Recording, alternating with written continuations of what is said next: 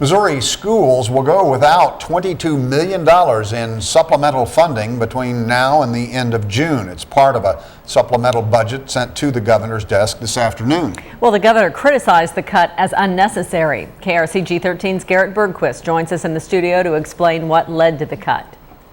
Governor Nixon this afternoon attacked the legislature for making what he calls unnecessary cuts. But the Republican House Budget Committee chairman says the problem started when Nixon used the wrong revenue numbers. Governor Nixon said Thursday there was no reason to cut in half the extra money he requested for schools. We have to call universities and high schools and grade schools and tell them the money that the legislature appropriated last year is not coming. That was completely avoidable. Nixon had asked for an extra $44 million for education for the current budget year when it became obvious the state's gaming revenue would come in lower than expected.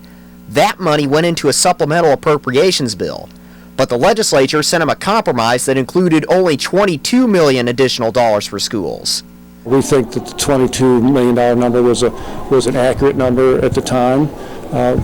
But I think I'd also like to say is if we took another $22 million and put it into this year's funding, we would have to take that $22 million out of the general revenue that we've applied to the fiscal year 15 budget. Nixon's office says K-12 education will end up about $15.5 million short through the end of June. Community colleges and four-year institutions will lose about $3 million each. It's disconcerting when priorities that we lay out, both in orally as well as in writing, are not followed up on it when it comes to a budget that's already been passed with money that's available to do it.